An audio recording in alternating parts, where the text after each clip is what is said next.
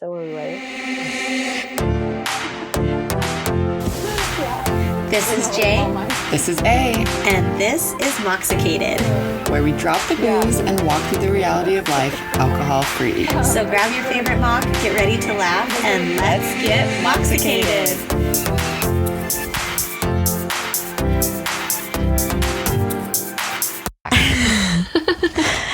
Hi, everyone. I'm so glad you're here. Yes, I recently watched The Princess Diaries with Quinn. I watched it. What if we were It was on Freeform. Yes, Is that's that when I was watching it. And I was laughing because we definitely introduce us like the little TV show where she's like, "Hello and welcome back."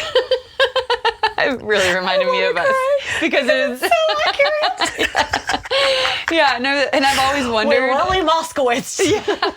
No, and I, in my head, have always wondered where we got our hello from. It must be because from we can't get away from it, and we keep trying to make it different, but it just keeps happening the same, and it's from that. Because that was one of my favorite movies of all time. Really had an effect on us. Yeah. You know what's so funny is like I always have had this thing about Anne Hathaway, and I don't know why I'm starting to like her in my older age. But I think I remember this, and I would be like, Yeah. Princess Diaries is one of my favorite movies, and you'd be like, I didn't think I liked it, but I did watch it. You know what I really liked is Mandy Moore and like all the songs she sings in that, like, she's really mean. Nummy. Like, I liked her. Probably because she was mean to Anne Hathaway. That was some great. I know, it's so good.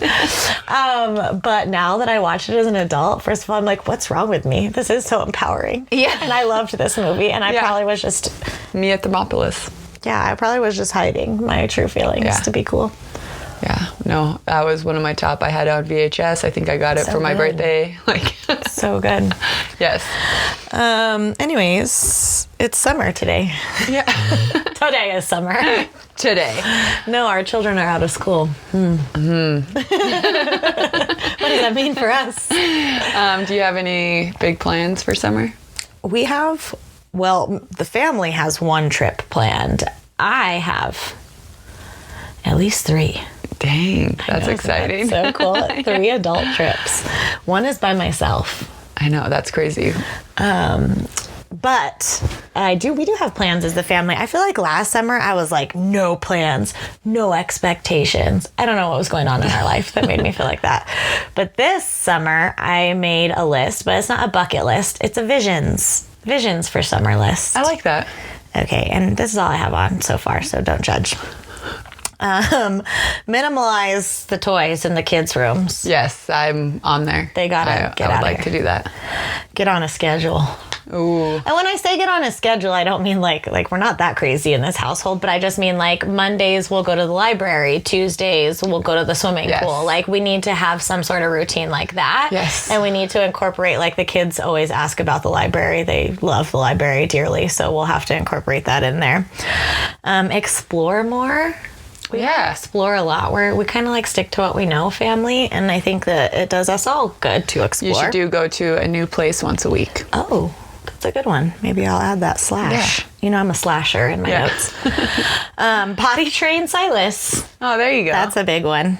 Honestly, at this point, he's just going to have to do it when he's ready. There's nothing to do with you. That's what I mean. I'm like, hopefully we'll just take his diaper off for a couple days and he'll go, but maybe not. Training time for the kids' sports. So this is kind of cool. Obviously, we're a sports family, but like both of our older kids actually are enjoying their sports. They want to dedicate some of their time to their sports. So a couple days a week, Miles will be getting touches with the soccer ball. I will have Kyla on her cheerleading mat inside because we got like a huge blow up mat for her. We also need to make, in cheerleading, there's this thing that was not a thing when I was there where they trade clothespins for each other. Oh, yeah. You would be great at this because I see it. Yeah, it's so cool.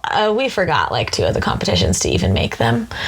So I'm like, what? I told Philip, I thought it was this groundbreaking idea. I'm like, what if we make hundreds over the summer and then we won't have to worry about it during the year?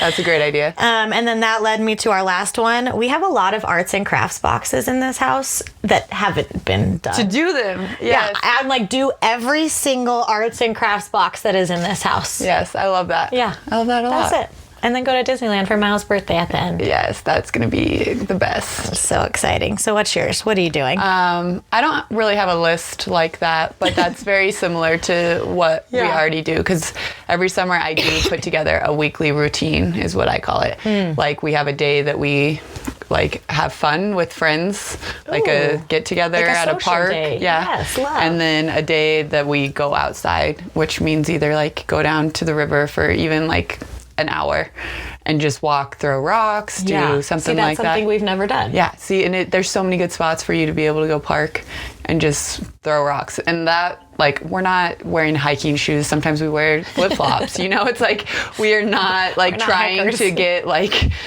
our workout in. Yeah. It's more of just like seeing what the trees look like in the summer, like the difference between the fall, you know, talking about environmental changes kind of cool. in that. I too am incorporating a library day because I realized now because Quinn is reading chapter books and I keep buying all these books and I don't want to keep them because she actually does not like rereading books. And they're all very girl booked. They're very girl books. So I can't really save them for Atlas. And I'm like, wow, I'm spending a lot of money. Why am I not utilizing the library? And so we seriously mind blown. And so we are going to utilize the library a lot more.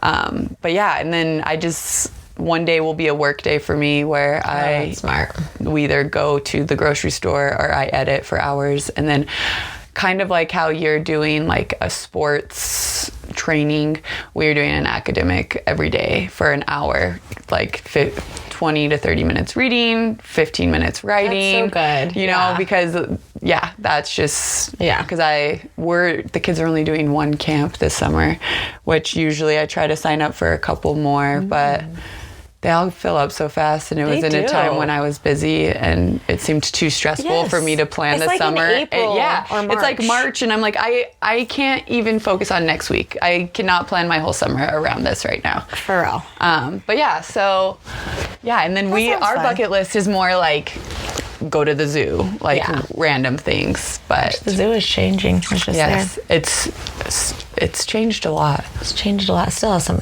ways to go. Yeah. There was no lions. Yeah, no.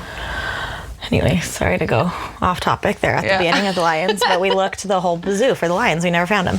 And being off topic is perfect because our topic today is ADHD. Yes. Yay.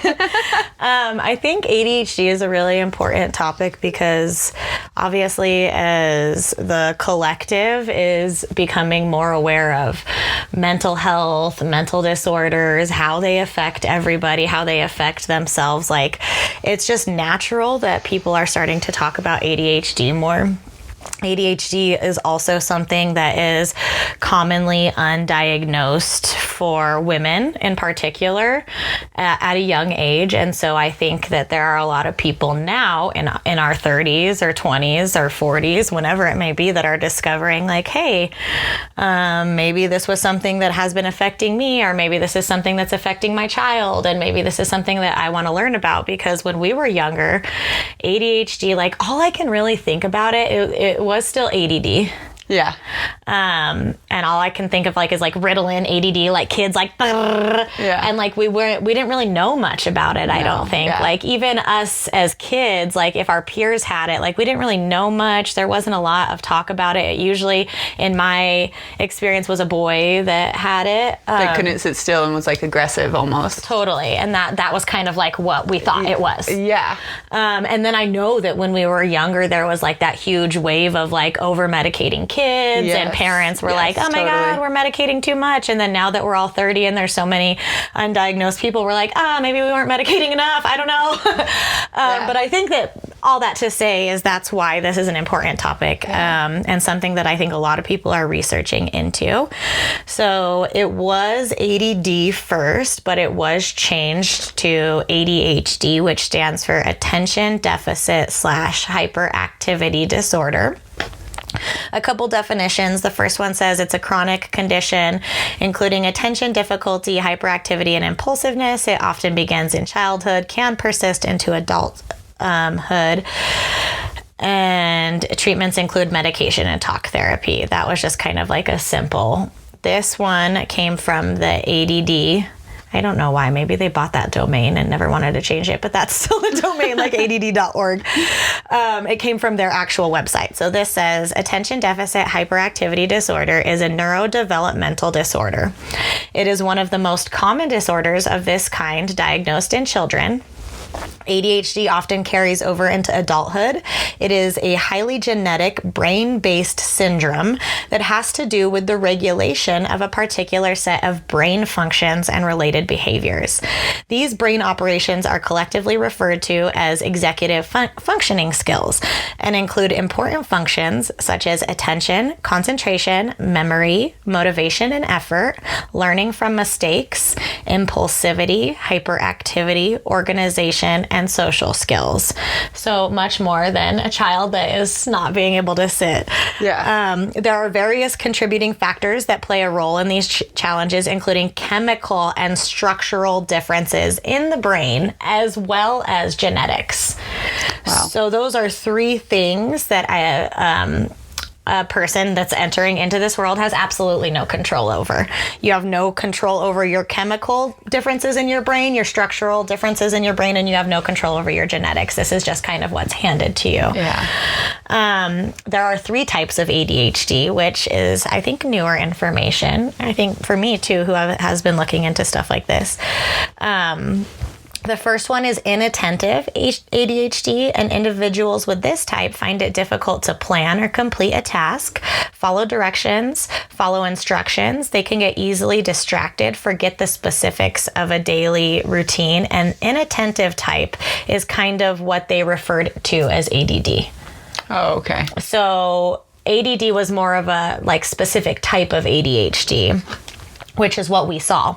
The other part is hyperactive/impulsive.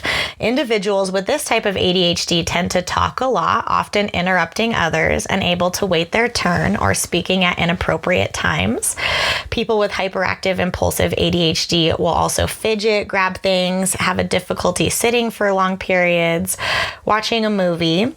They will also feel restless and act impulsively. As a result, accidents and injuries in people with this type of ADHD are more common. And then the third is a combined, which you have a little bit of both. Okay.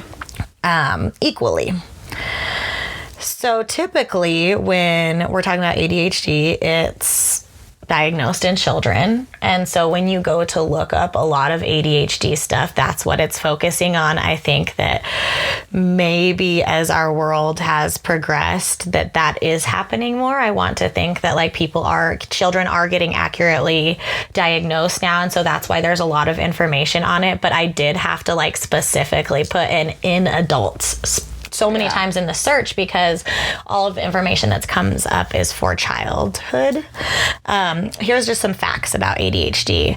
Approximately 5% of adults have it. That represents over 11 million people in the U.S. alone. Wow. It occurs in both men and women, and in the majority of cases persists through lifetime. It says, again, it's not limited to children. 2/3 or more of children with ADHD continue to have symptoms and challenges in adulthood that require treatment.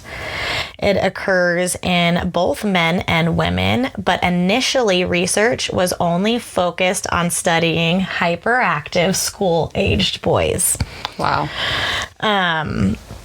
We now know women can also have it, but because of that, all of the tests they did, all of the ways that they developed treatments, all of the symptoms that they studied were in boys. Boys and men are more likely to be referred to for ADHD testings, treatment. They're more likely to receive accommodations. They're more likely to participate in research studies, which makes it incredibly hard to identify the ratio of men to women when it comes to who has ADHD. Wow, that's so interesting.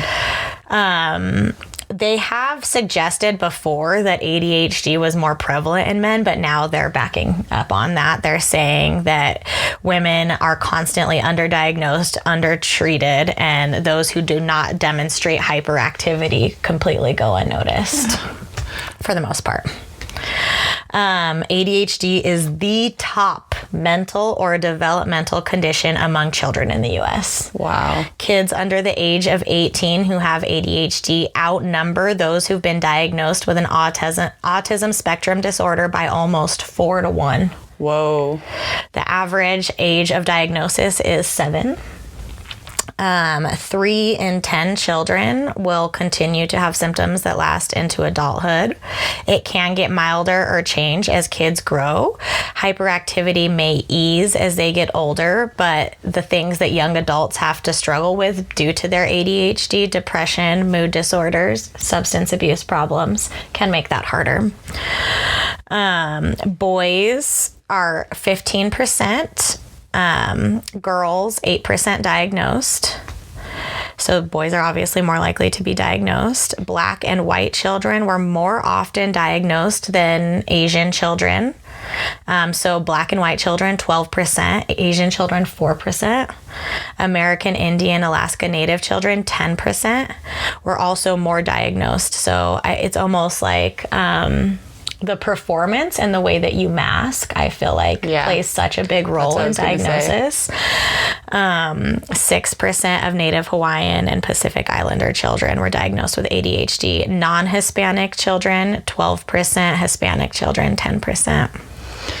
It's interesting to me because I feel like when we were kids, when any kid had a behavioral issue, it was ADHD or ADD. Yeah. You have ADD. Now, as parents, it's like they're autistic.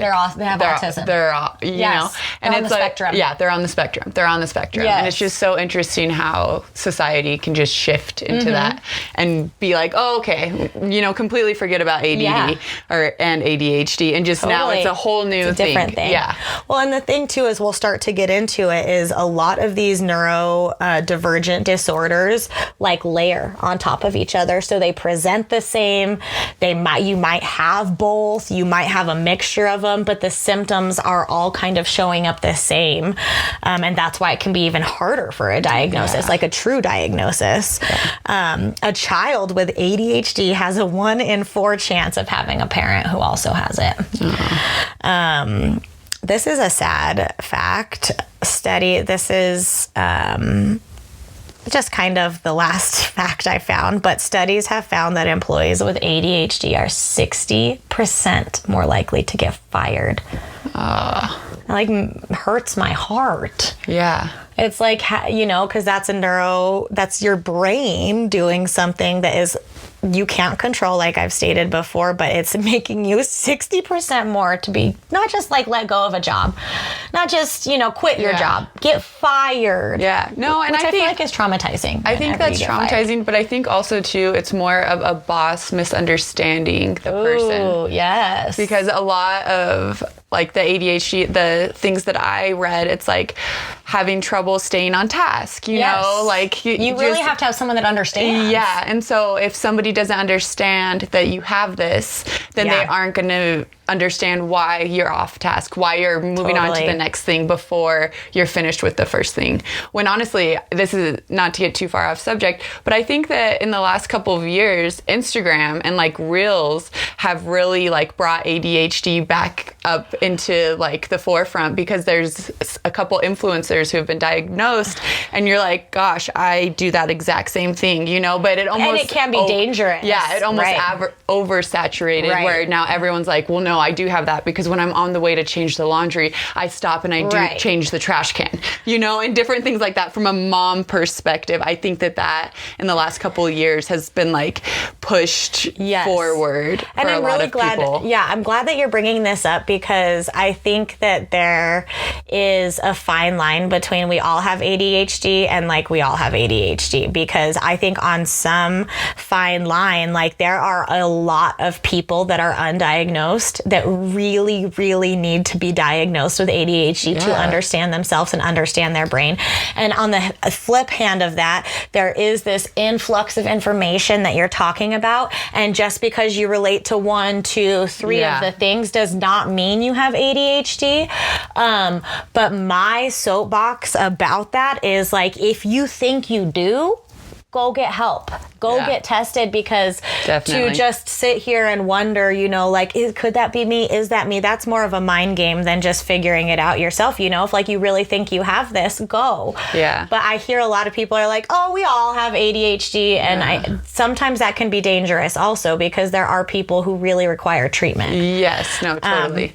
And you're so right that with all of this influx of information, it's so hard, like when you relate to something, to not apply it to you completely. And as mothers, we did that. When I was going to say, Googled. I feel like it's almost more even like geared towards mothers, because that was a lot of the women I saw were like moms with ADHD. Like, this is why we can't get through our day, because we all have ADHD. Right. And it's like, or you're just distracted right now, or you have a lot going on and you need to write a list. You have 3 kids, you know? It could be, yes, totally. Yes, no, sorry. And continue. it's a really great segue, because there are so many ways that ADHD presents itself, so many symptoms. Like I said, they can be overlapped with other symptoms from other disorders. A child or young person can show signs of ADHD, such as being easily distracted, finding it hard to listen to what people are saying, hard to follow instructions, forgetting everyday tasks like brushing their teeth or putting on socks. They could also have high energy levels, fidget or tap their hands and feet, talk noisily, feel restless, or get up and move around when they're supposed to sit still, and find it hard to wait their turn or interrupt conversations. That's a lot of how it can present itself, typically in children and young adults. In adults, it's more difficulty focusing, misplacing items, always running late, risky behaviors, lack of listening, inability to prioritize, relationship troubles, nervous energy, memory issues, easily angered. And then underneath that, it literally says this list is not comprehensive, but it does cover the most common signs and symptoms. There can be so much more. Before you move on, think of having to deal with all of those symptoms while drinking. I can't. I can't. That it would be absolutely chaos. Unmanageable. Yeah, it would be unmanageable. And then, you know, when you look at why women are so undiagnosed, it is because some of these symptoms show up differently, you know, the ones that I just said. And women, I think a lot of the ADHD exists in their brain. Whereas with males, there might be more physical about it. And again, everyone is different. So that's not to say like women only, men only. But I think that a lot of the symptoms that women experience are in here, whereas a lot of the symptoms that men experience are outward. So executive dysfunction is the biggest thing that comes with ADHD, and that is the inability. Well, let me tell you what it is. Executive functions help you manage focus, concentrate. They help you manage emotional regulation, impulse control, and self-motivation. So ADHD is executive dysfunction. So all of those tasks are harder to do. They feel bigger for somebody with ADHD, or almost impossible. And so if you think about a woman in her head who maybe manages the entire household, that can look like forgetting, you know, that your child has an appointment at this time, and that you have an appointment at this time, and then trying to mask by not, you know, calling out like, okay, I have appointment at the same time. You have to then figure it out how you're going to make it all work. Whereas maybe a neurotypical brain would have remembered like, nope, I have this appointment at this time. I can't make it at that, you know, something similar to like that, where you're all up in your brain. Difficulty organizing and setting priorities, which is like maintaining the flow of the house, cleaning things, routines, getting your kids whatever they need when they need them, but also getting you whatever you need when you need them. You're easily distracted by not only what's happening around you, but your own thoughts. Ooh. And that's a big thing too, because again, like the women thing, bringing it inward, we have so many thoughts that like it just takes one to take somebody down like a rabbit hole. And the next thing you know, you've been thinking about something else for 75 Don't get hours. me going. My brain is wild. So that is basically why I will end talking about women by saying that there is a little bit of a bias. The healthcare providers have been exposed to men and boys with ADHD for much longer than they have for women. We don't know as much about ADHD in women. So all of the stuff that you read in online, all of the symptoms, all of the facts, you do have to remember that there's a little bit of a bias in that just because women have not been studied as much. And that is a flaw, I believe. But a really important part of ADHD and why we feel like we need to talk about it is because it goes hand in hand with addiction. Yes. And addictive personalities. In fact, 25% of adults that go to a treatment center, so these are the adults that actually make it to a treatment center for alcohol and substance abuse also have ADHD. Wow. So 25%, that's 1/4 of the people that show up at rehab have ADHD. Wow. ADHD people tend to typically turn to drugs or alcohol to combat the effects or the symptoms of their disease. Research shows that 21% of boys and men with ADHD and 13% of women and girls abuse drug and alcohol. The reason behind that is very scientifical, and since I am not a scientist, please do not roll your eyes at my my scientifical speeches right now. But basically, the science of ADHD is your frontal lobe gets developed bigger and at a younger age, and your frontal lobe is really... Okay, I don't know if this is true or not, but the part of your brain that produces dopamine is significantly smaller in somebody with ADHD. So we are constantly looking, people with ADHD are constantly looking for those dopamine fixes. Yeah. Which can be like scrolling. Yeah. It can be social interactions with a friend. It can be really anything, driving your car really fast. So you can imagine if those types of risky behaviors are rewarding you and making your brain feel normal, you would want to do them more. Yes. And so that right then and there is going to increase. But then you think about what do drugs and alcohol do? They produce some level of dopamine at some point. Yes. At some point. So it's not only the act of doing something risky that is providing the dopamine in an ADHD brain, but the substance itself, yes, is providing, the dopamine and upping that chemical in their brain. And that can be very difficult when it comes to treating ADHD. Yes. Because there's a lot of medications that go along with ADHD. Did you put that in here? On the very bottom. Oh, yes. Okay. Just a small little excerpt. Because the thing is when... Maybe I didn't. Did I not? You did. Oh, okay. I was I don't know, actually. The thing that can be tricky, and this is why you have to work so closely with a professional, if this is something that you feel like you have and want to do, is if you are someone with ADHD, addiction comes natural to you because you're always looking for dopamine, which is what your addiction is to, shopping, music, whatever. And so then you are given a substance that treats that, but this substance that's being given is highly addictive. Yes. And two, the alcohol makes that substance times 10. Well, and as we've talked about before, there are so many things that a medication does to your body that can change how you can drink, change how your body breaks down alcohol, how you feel when you're on alcohol. Yes. And if you do not have enough knowledge about how medications interact with alcohol, how medications are in your body, how you interact with alcohol, and you're messing with all of this at once. It's just like disastrous. Yeah.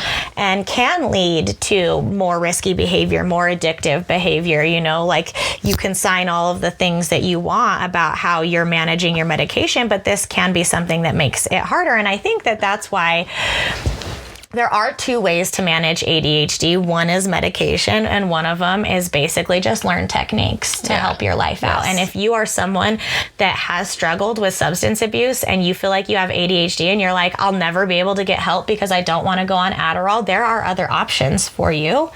It's not just medication. I think medication is typically the first step, but that's not something to like scare you out of getting help. It's just something to keep in your mind. Like, I have an addictive personality, and now I am entering into a field of very controlled substances. Yes. And then I was just trying to look at my phone, and I can't find exactly where I read it because I read so many different things when I was looking into this.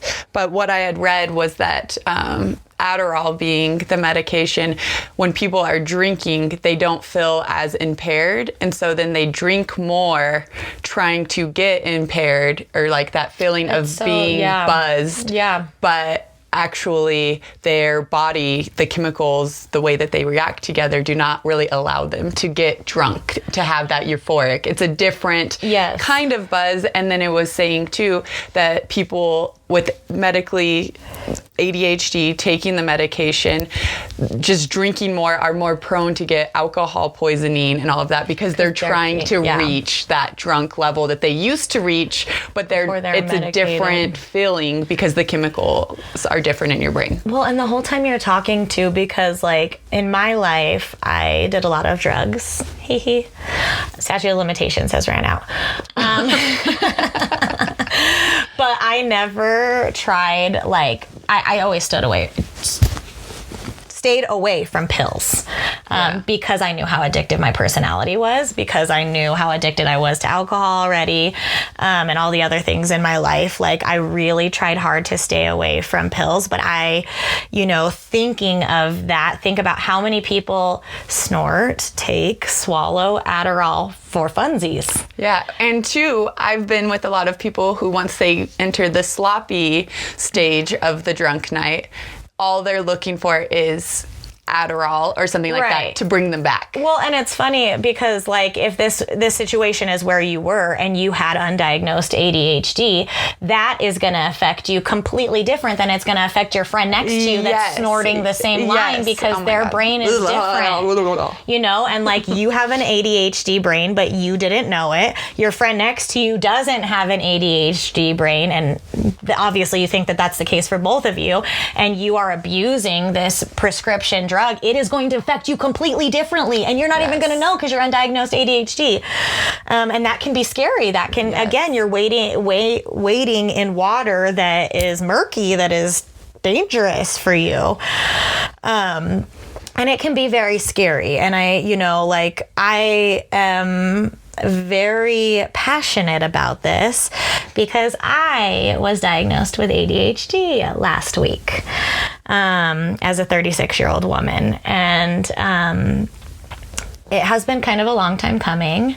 I think on the pod, I have referred to my brain being different a lot, and my brain being neurodivergent maybe once or twice. And that's just because, as Allie described, I started scrolling. I started seeing things that was wait, this is me, this is me, this is me, this is me. And so the more overwhelming information I got, the more tests, they have every test you can take on the internet, guys. I don't know the accuracy of them all, but they're there. I am the Disney princess. It says, okay. You can take them all and they'll tell you, and I did. And it's yes, you're ADHD, you're extremely ADHD, you're extremely ADHD. But I am the type of person that really needs the proof. Yeah, I was going to say the science. I have to have, if I suspect something is wrong with me, I need someone to tell me that's what's wrong with me, which in our medical system right now, that can be rough. But that's what I had been searching at. And I think that that's why it took me so long to like officially say I have ADHD, is I needed someone else to officially say it, almost as like proof. Yeah. And I don't know if that comes from my ADHD or what it comes from, but like, I think it's kind of, I was laughing so many times while we were talking during that, because I think about like what I do on this podcast and how much my brain goes and the things we talk about. And I'm like, that's the ADHD, that's the ADHD, that's the ADHD. Maybe you guys have noticed it or not, but, this is something that I've lived with my entire life, and I think that that's the hardest part about my ADHD. And a lot of people that I've read that get diagnosed as older women go through this. It's like a grief of what could have been. And so I think that my story is very typical, not typical, but like as I've told it to professionals and people, it seems to be the typical way a woman with ADHD that had it as a child goes about life. And the first step that makes everybody nod their head is I was in the gifted program. Yes. And so once you tell someone that you were, in the gifted program as a child, as a girl, they're like, oh, yes. Okay. So like, that's where I start to get really upset, is because I was put into the gifted program in either second or third grade. And so I had an IEP all the way through senior year of high school. Yeah. And a lot of my high school time teacher comments were I talk too much. Another thing that I feel like is kind of common in ADHD girls is no matter where they move you, like you still talk to the people next to you. And for someone that has social anxiety and like is an introvert, like I would literally talk to whoever they moved me next to. They could move me into the corner and I would probably still find a way to like make noise or talk or whatever. The thing that killed me as a child is, especially once I got into high school, was she is really smart and she has a lot going for her if only she applied herself. If only she applied herself. And what that meant for them is what a neurotypical student does. A neurotypical student can sit down in their chair and read the book for the 15 minutes that the teacher gives it to them. They can turn their homework in on time. They remember when assignments are due. They show up on time to class, etc. All those things I didn't do. None of those things that I did, especially once I got into high school. And I looked at it more as rebellion. I honestly looked at it more as my alcohol, my substance abuse, which I do think I turned to because my life and my brain was too hard.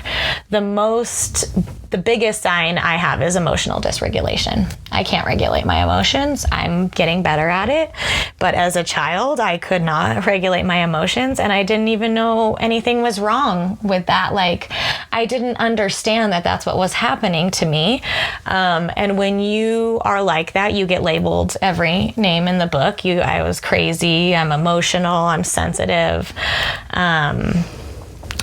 People acted like they couldn't talk about certain things around me, or they couldn't do certain things around me because Jess is so sensitive. You can't, she's going to get so emotional. It was just like every sign and symptom of ADHD that I had got written off by an adult that was around me.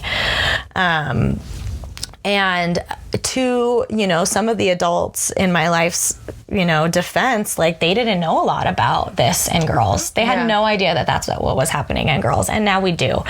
But I had one teacher in in high school that went around to all my other teachers and told them that I should be able to draw signs, the signs that we made in class. Oh, yeah. People's names. Yes.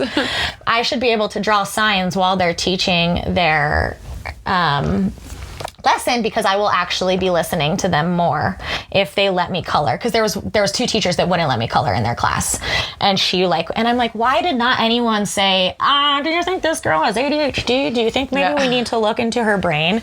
And I think where this hit me the hardest in my life, at least at 36, where I'm thinking about it, is where I went to college. Now, this gifted girl who was in honors classes her whole life, and thankfully I come from a house that would have been able to fund mostly any college that I probably could have gotten into. I dreamed of going to San Diego.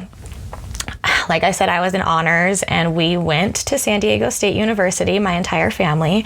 Me and my mom went into the admissions office, and they looked at my transcript, and they said, there's nothing you can do. Like, it was the summer before senior year. They were like, it's too late. You know, your GPA is not where it should be, you know, and I'm like...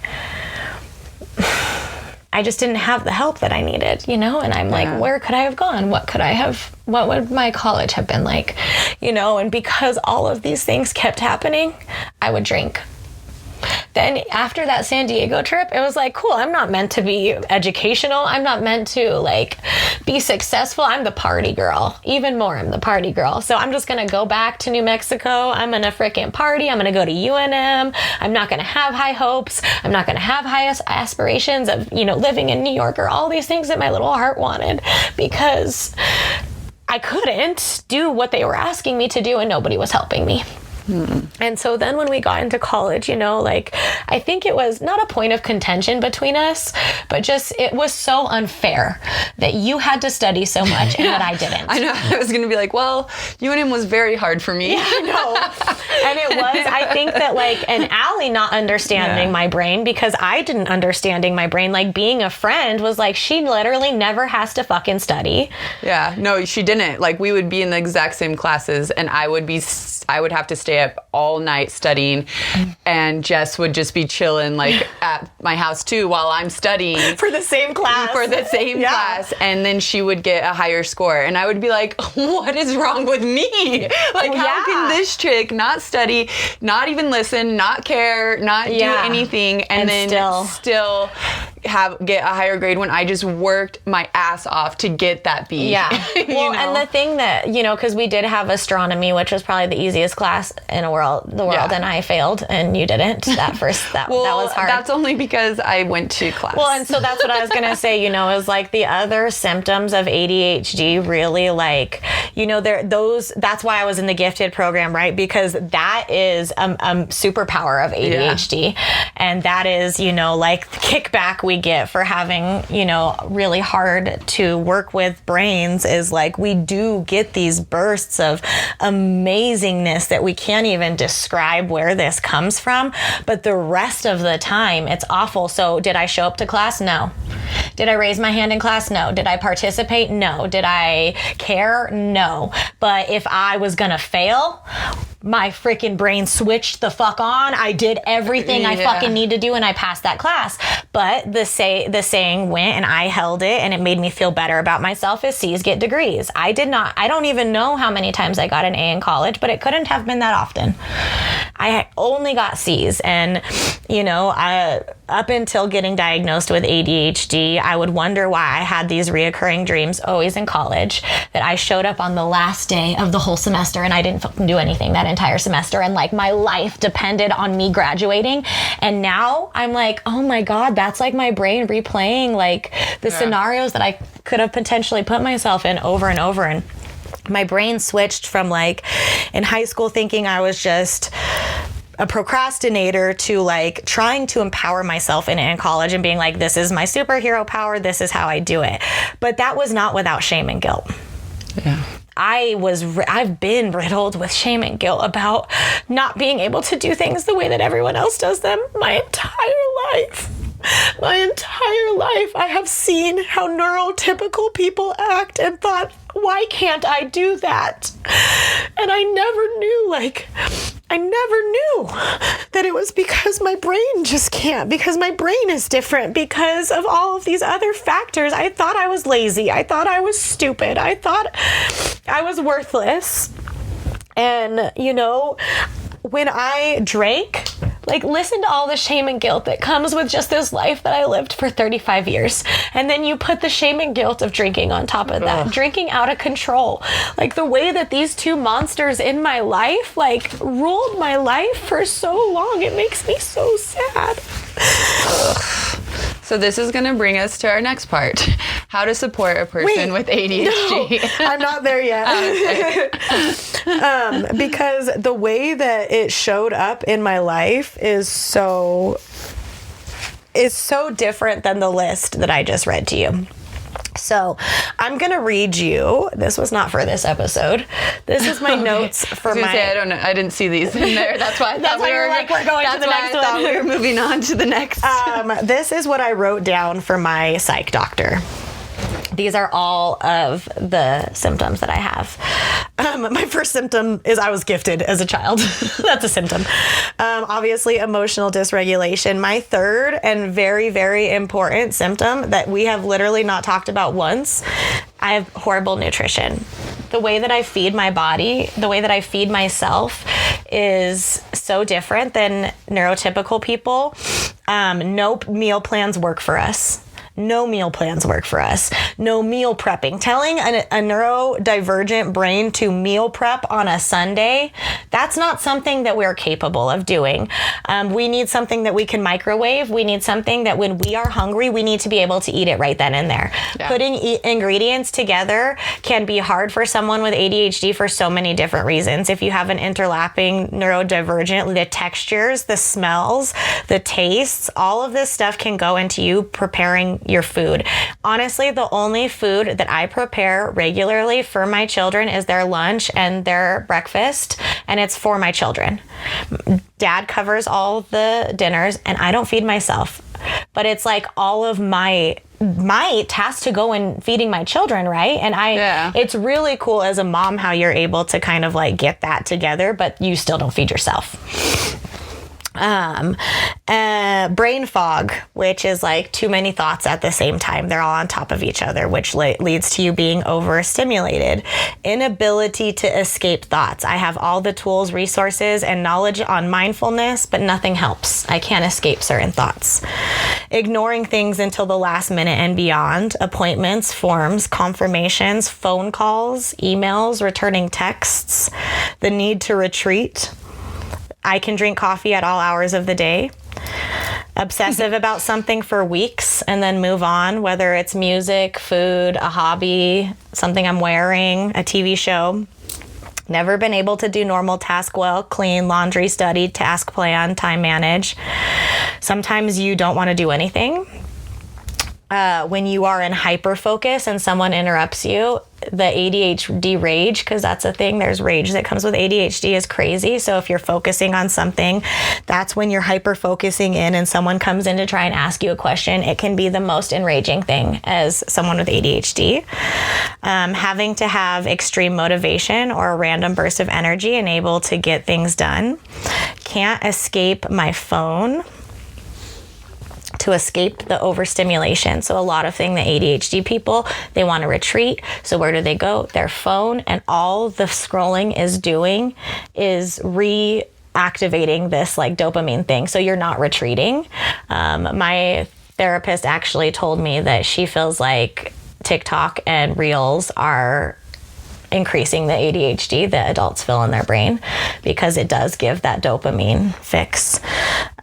Sensory issues. This could be a different part of neurodivergence, but textures. Me and Allie have always had a joke when we were younger. She used to try and like make me feel better by like touching the same spot, and that's it. Being touched, noises, food, constantly feeling disrespected or rejected by people in situations that seem small. There's something called rejection sensitivity disorder, and I have it hardcore. Basically, like you can go, one good example is you could go weeks without texting someone back. But if someone doesn't text you back, it's not like, oh my God, they hate me, what's wrong? Like you honestly in your body feel like you did something wrong. Like the way that this has affected me in my life, in relationships, in situationships. Okay, I'm going to give you 2 names after we're over there. One of them is your friend.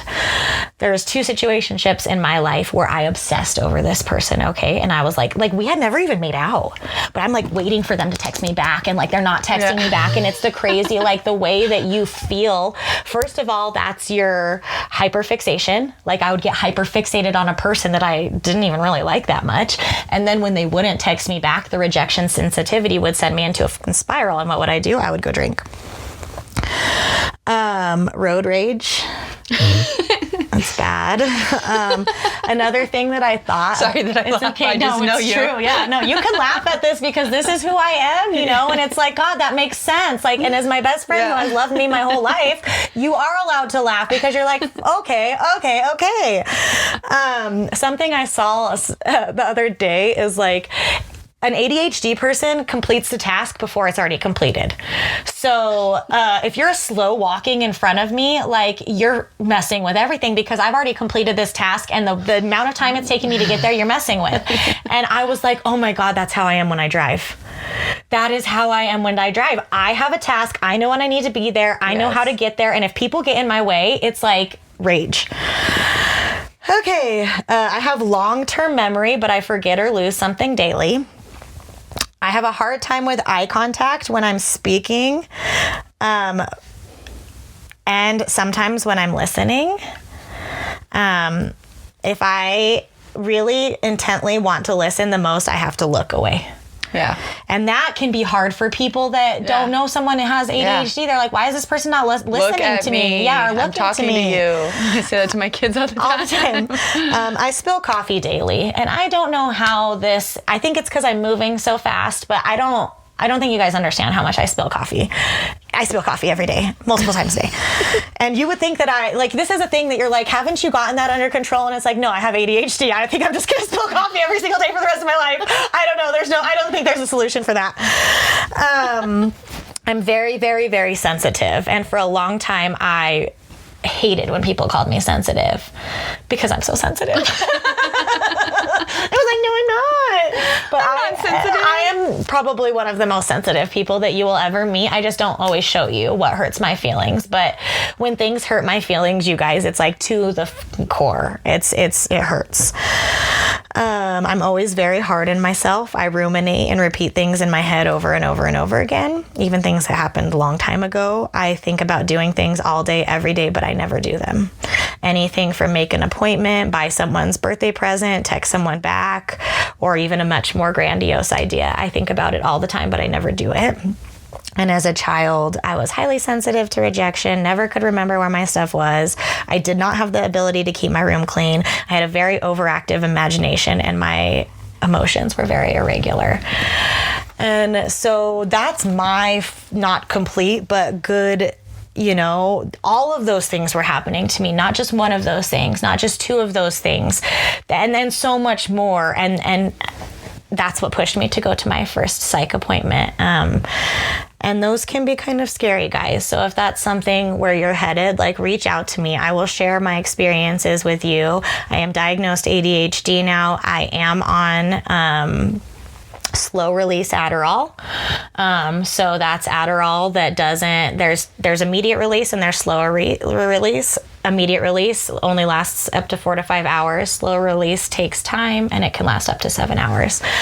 And then I'm just seeing how it goes from there. I think that my next project when it comes to ADHD is just very much, as if I'm not doing it already, monitoring my children, because there's already at least one of my children who I can suspect this in. And as we've read, 1 in 4 children have an adult that has ADHD, one of their parents in their life as well. So now, I think when my psych doctor who prescribed this to me looked at me and said, substance, if you do not control this in a child, they are 4 times more likely to abuse a substance. It really struck something. Yeah. Because not only did but I would do anything to prevent this for my child. Yeah. I would do absolutely anything to prevent this for my child. So flipping to moms of neurotypical kids, it is a hard thing. It is a struggle, but you're doing the right thing for them by getting them help, because you are taking away that advantage they have of being more addictive. You're going to just take that away from them by getting them help at a young age, whatever you decide to do. I think something else that's important to say is that if you feel that you really do have ADHD and you're talking to your doctors and they're like, no, you're fine, to see other doctors. It wasn't your first doctor. No. They kept pushing back on you, and you're like, no, I know what I need. I know this this is a problem in my life right now, you know, and has been, and people were dismissing you. And so I think and too, wait lists. Yeah, I think too, just knowing in your gut and finding the right person and not giving up on yourself. Yes, truly, because I mean, if she would have listened to the first person she talked to, she would be making lots of lists. That was the answer, you know, and it's like, or not making those lists and feeling like an asshole, like I can't do it. Like, why am I not making these lists? That's what that person told me I needed to do.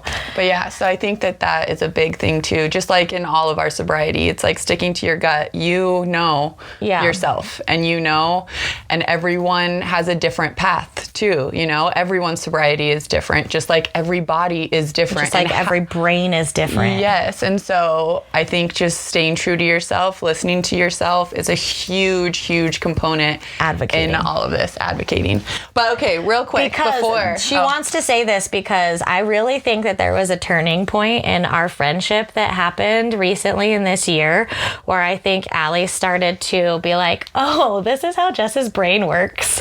Yeah. And I think it has helped you. Well, too, yes, because too, like as partners on this podcast, she needs me to do stuff. Yeah, like I don't think frustrating is the correct word, but there are tasks that I'm like, hello, like it is frustrating. This is your department. This is you're better at this. I need you to do this. She needs me, you know? Because we have different tasks that each of us do, and we ultimately do everything together, but there's things that we need help on from each other. Yeah. And so I think too, until realizing, because we don't want to get frustrated with each other, you know, and things like that. And so I think too, just understanding the person too is a huge thing. But so how to support a person with ADHD, really the first one is understanding specific challenges and needs, because everyone is different. And so I think too, offering a safe and supportive environment to let them tell you these things, like, look, I can't do that.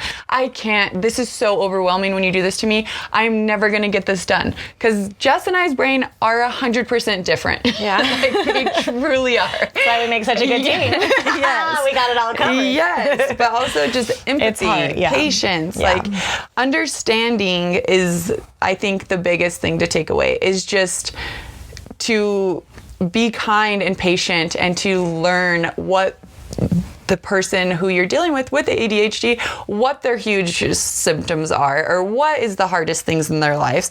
And the open communication, it's like, listen actively. Like when they are saying things, they might not be saying directly, but listen, they are telling you exactly what they need, you know? And that's a huge thing with us too. We're very direct with each other. We don't beat around the bush. When something is happening, we have to say what it is. And I think we're lucky in that, because, you know, we don't get mad at each other when we're like, whoa, that was harsh. You know, it's like, oh, okay, I understand where you're coming from at this point. At this point, because we know so much about each other. Yeah. Focusing on the person's strengths is also a huge thing. Like, you know, okay, so maybe you can't help me in this, but I do know you can help me in this. And I do know you're going to thrive in this. You know, I'm not going to send you a list of 1,000 things to get done, because that's just you're going to look at it and get rid of it. You know, like, okay, I'm not done. I'm done with that. I'll delete it. Breaking down tasks, and also reminders. Like, don't be afraid to remind people with ADHD of the tasks, because a lot of people are like, oh, I've already told them, I don't want to tell them again. Well, actually, you have to tell them again. Yes. Please tell me. Because deadlines, appointments, errands, all of those are important, and those are things that people with ADHD tend to forget, just like she was saying. And we don't want to forget them. Yes. And then the last thing that I actually learned today is called the 10-3 rule. Have you read about that? Where 10 minutes of productivity and then 3-minute break is great for a person with ADHD. Like, go hard for that 10 minutes and then stop, you know, and refocus.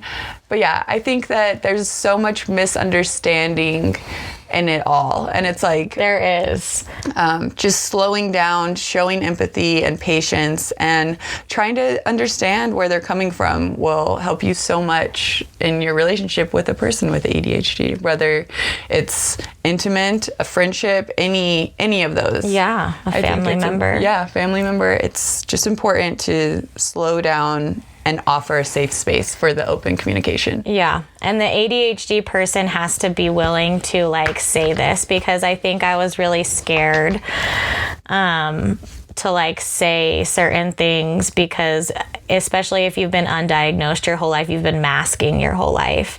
And so you're used to covering up, or like, oh, I only did this because of this, or let me just finish this now. But being able to tell Allie, like, this is how my brain works. And, you know, there was like this turning point because I would like either lose something or spill something. And so I would just look at Allie and go, oh, Allie. Oh, no, it was forgetting the keys. And so anytime I said that, but it was so nice because it was like a permission. That was like me communicating to Allie that my ADHD happened, and her being like, okay. That was an ADHD moment. It wasn't like ever like, she's not going to be mad at me because I forgot the car keys in the hotel room for the 15th time in 2 days. Like, she's going to be like, oh, Allie. It was like, it was such a nice open way of being able to like, even without, because the thing that I do want to remind and like end with is like the people that have ADHD live and are consumed with shame and guilt. So if you are someone that's living side by side with them, make that easier on them. Yeah. It's simple. Just go back and get the keys. I'm just kidding. And clean up their coffee spills. That's it. I mean, it's just coffee. But all that to say, if you guys have any questions about ADHD, just let me know. We're here for you. We love you, babes. Talk soon.